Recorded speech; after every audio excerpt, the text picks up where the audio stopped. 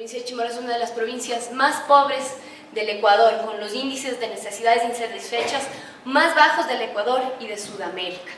El concepto del desarrollo sostenible, de la inclusión de las comunidades indígenas, muchas veces se convierte en un discurso o en un papel de la academia muy difícil de cumplir. Yo he tenido la suerte de tener la experiencia desde el sector privado, un poco por lo que he crecido viendo, y tuve también la suerte de trabajar en la Dirección de Turismo del municipio de Riobamba y luego en la coordinación zonal del Ministerio de Turismo. Y desde aquí, pues, el planteamiento fue lograr el desarrollo del turismo basado en dos bondades maravillosas, increíbles que tiene la provincia de Chimborazo, que son la Reserva de Producción de Fauna de Chimborazo y el Parque Nacional Sangay. Ayer conversábamos con mi padre y decíamos, son pocas las provincias donde confluyen dos sistemas montañosas, dos cordilleras y todos esos ecosistemas que tienen las áreas protegidas. El Chimborazo es un gran recurso, es un recurso que cuenta con infraestructura, contamos con carreteras, contamos con hospedaje, contamos con los refugios que fueron renovados hace algunos años. Sin embargo, es un recurso que aún no hemos logrado desarrollarlo de manera adecuada o explotarlo de una manera sostenible.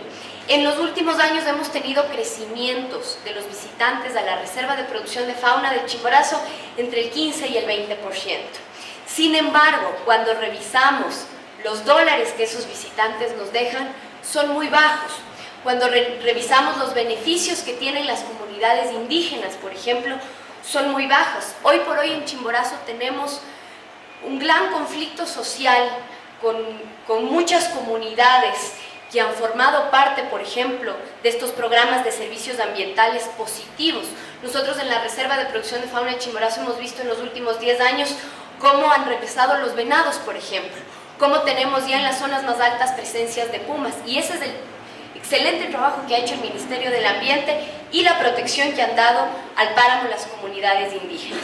Sin embargo, estas comunidades indígenas que han bajado su frontera agrícola, que han dejado sus actividades ganaderas, tienen que tener una actividad económica, y el turismo evidentemente constituye una de estas posibilidades. Sin embargo, no es fácil incluir a esas comunidades indígenas ya en la práctica, en la actividad, y creo que Carl y mi padre han mencionado ejemplos muy importantes que pueden lograr el desarrollo. Desde la Dirección de Turismo, por ejemplo, se hicieron actividades internacionales como la tercera misión geodésica francesa, que fue esta expedición de científicos geodésicos para medir el punto exacto, ¿no? en un acto científico que iba a permitir reposicionar este concepto de que el Chimborazo es el punto más cercano al Sol o el más alejado al centro de la Tierra. Eso permitió un espectro internacional y que se hable del Chimborazo, que se creen nuevos retos, que la gente quiera venir por esta magia de estar más cerca del Sol o por cumplir con este reto de estar más cerca del Sol. Entonces vamos teniendo al recurso turístico, tenemos estos conceptos, tenemos la infraestructura, pero todavía nos queda ese gran reto de lograr el producto turístico, es decir, integrar todos estos factores para lograr que este gran recurso que es el Chimborazo sea un producto turístico. Y no puede ser un producto turístico solamente para la ascensión, sino para un sinnúmero de actividades.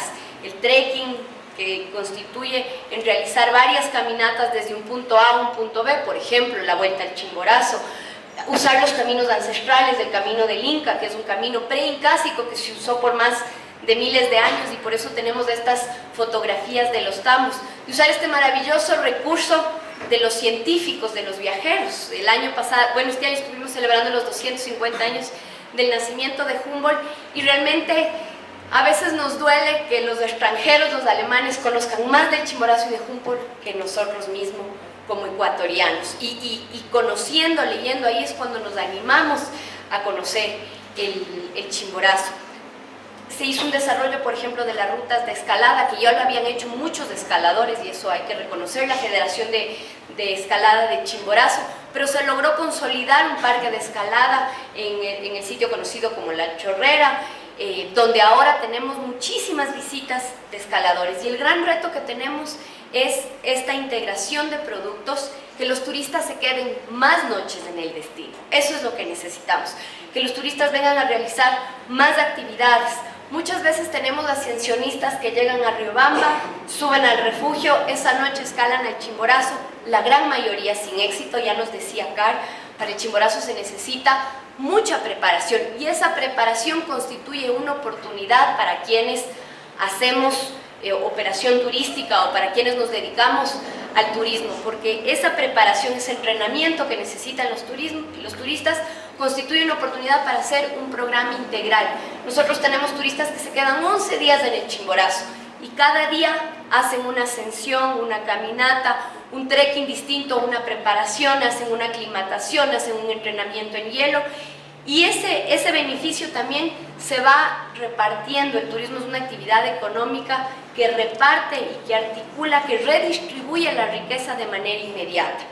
El momento que creemos más rutas con campamento alto, por ejemplo, este campamento alto que tenemos ahora a los 5.300 metros, está atendido por indígenas de la zona que se han organizado, que tienen sus carpas y que prestan los servicios.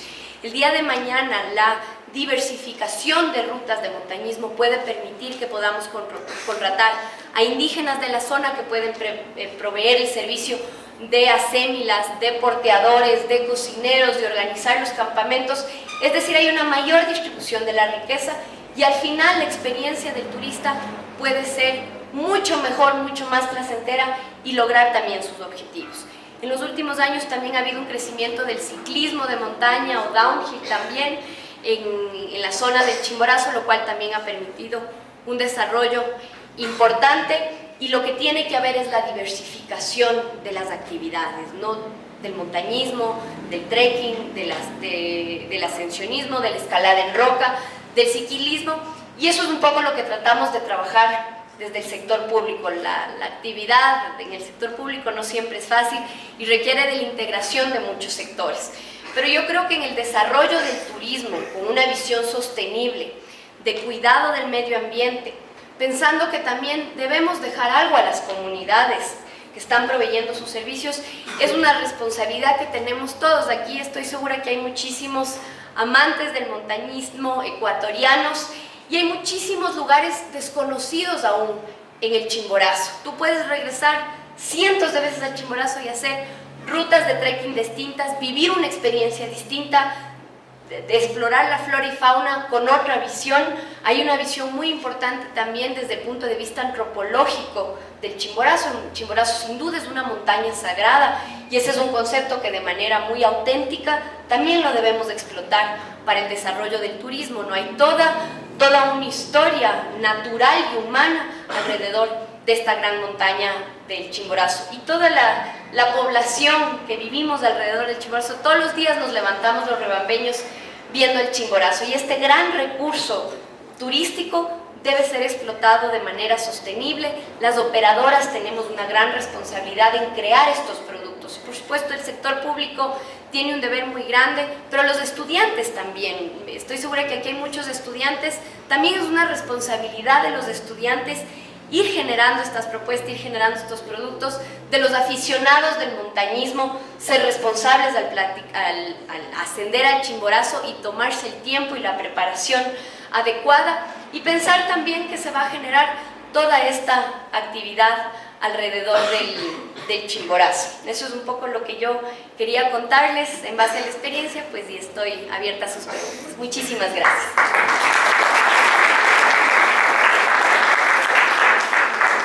Tal vez alguien tiene una pregunta para Valvanera. Dale, Flores. Ciclos arqueológicos que tenemos en el Chimborazo, no nos contaba Marco, pero ¿tienes algo inventario? Sí, bueno, tenemos la presencia de este camino es conocido como el Camino Real y esto realmente es un hito muy importante. Parte desde el tambo de Chuquipoyo, un poco más arriba de la estación de Urbina, de la estación del ferrocarril y cruza de manera perpendicular hacia el Valle de Totorillas, continúa hasta la parte más alta del Arenal, donde está el bosque Polilepis, y baja a Guaranda. Este es un camino preincásico que fue utilizado para el tráfico, para el comercio desde la Concha Espóndilos.